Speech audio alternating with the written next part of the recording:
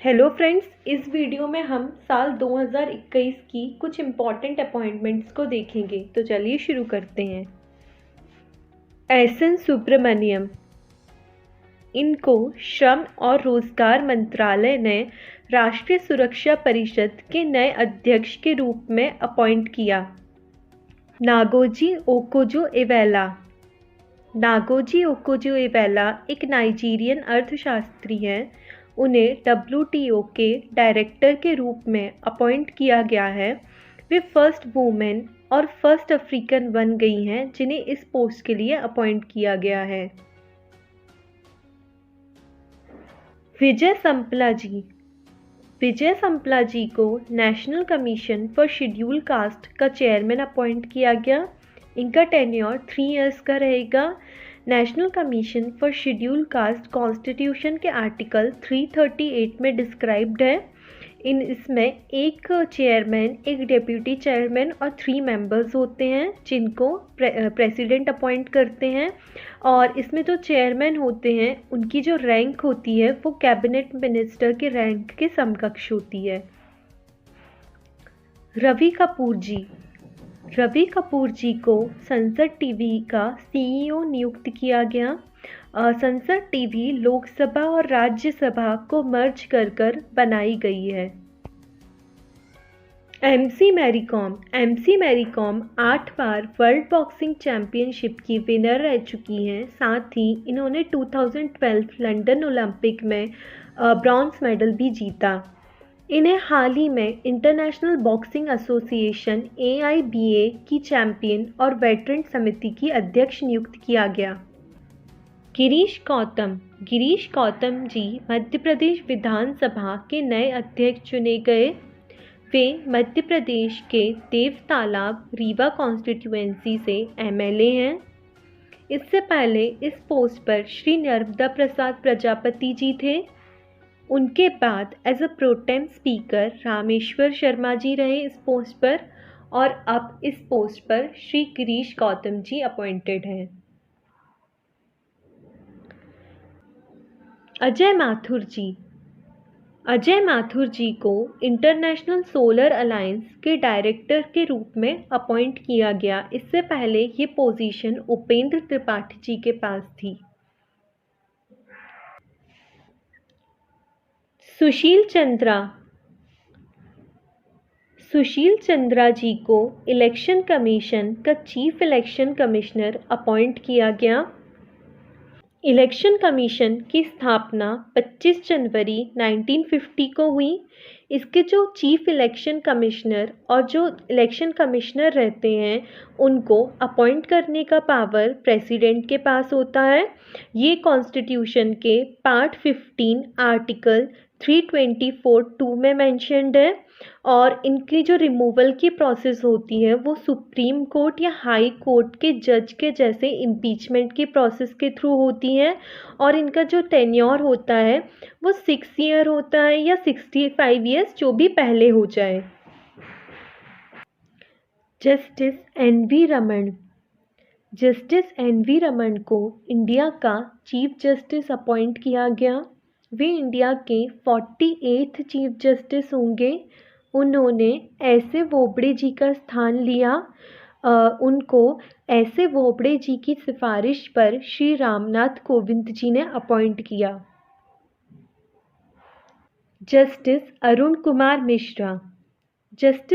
कुमार मिश्रा जो कि supreme court के पूर्व जज रह चुके हैं, उनको the human right commission of India का चेयरमैन अपॉइंट किया गया। उन्होंने श्री HL दत्तू का स्थान लिया। एंटोनियो गुटरेस जी को यूनाइटेड नेशंस जनरल असेंबली का जनरल सेक्रेटरी फिर से अपॉइंट किया गया। मुख्तार अब्बास नकवी, केंद्रीय अल्पसंख्यक मामलों के मंत्री मुख्तार अब्बास नकवी जी को राज्यसभा सदन का उपनेता नियुक्त किया गया। इससे पहले इस पोस्ट पर श्री पीयूष गोयल जी थे। JB महापात्रा जी को central board of direct taxes का चेयरमैन अपॉइंट किया गया। इकबाल सिंह ललपुरा। इकबाल सिंह ललपुरा जी को नेशनल कमीशन फॉर माइनॉरिटीज़ का चेयरमैन अपॉइंट किया गया। इससे पहले इस पोस्ट पर कैरुल हसन रिजवी जी थे। नेशनल कमीशन फॉर माइनॉरिटीज़ को विधायी शक्ति 1992 में मिली। श्री भूपेंद्र पटेल। श्री भूपेंद्र पटेल जी गुजरात के 17वें मुख्यमंत्री बने। श्री कैलाश सत्यार्थी जी। नोबेल लॉरेट श्री कैलाश सत्यार्थी जी को 76th United Nation General Assembly में as a sustainable development goal advocator appoint किया गया। Sustainable development goal advocator world leaders होते हैं जो अपने एरिया में सस्टेनेबल डेवलपमेंट गोल्स अचीव करने की कोशिश करते हैं। वी.आर. चौधरी जी। वी.आर. चौधरी जी ने वायुसेना के प्रमुख के रूप में पद ग्रहण किया। चरणजीत सिंह चन्नी। कांग्रेस एमएलए चरणजीत सिंह चन्नी पंजाब के नए चीफ मिनिस्टर बने। अमित रस्तोगी जी। अमित रस्तोगी जी को नेशनल रिसर्च डेवलपमेंट कॉरपोरेशन का नया चेयरमैन और मैनेजर डायरेक्टर अपॉइंट किया गया। National research development corporation NRDC 1953 में इस्टेब्लिश की गई थी। इसका मेन ऑब्जेक्टिव है इंडिया में रिसर्च एंड डेवलपमेंट को बढ़ावा देना। अतुल करवाल जी। श्री अतुल करवाल जी को national disaster response force NDRF का नया डायरेक्टर जनरल अपॉइंट किया गया।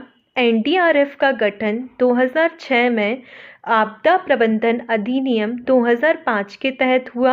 इसका मेन ऑब्जेक्टिव है प्राकृतिक और मानव निर्मित आपदाओं से निपटारा करना। प्रमोद चंद्र मोदी जी। प्रमोद चंद्र मोदी जी। प्रमोद चंद्र मोदी जी को राज्यसभा का नया जनरल सेक्रेटरी अपॉइंट किया गया। Vice admiral R Hari Kumar. Vice admiral R Hari Kumar को इंडिया का नेक्स्ट नेवी चीफ अपॉइंट किया गया। श्री पराग अग्रवाल। भारतीय मूल के अमेरिकी श्री पराग अग्रवाल जी को ट्विटर का नया CEO नियुक्त किया गया।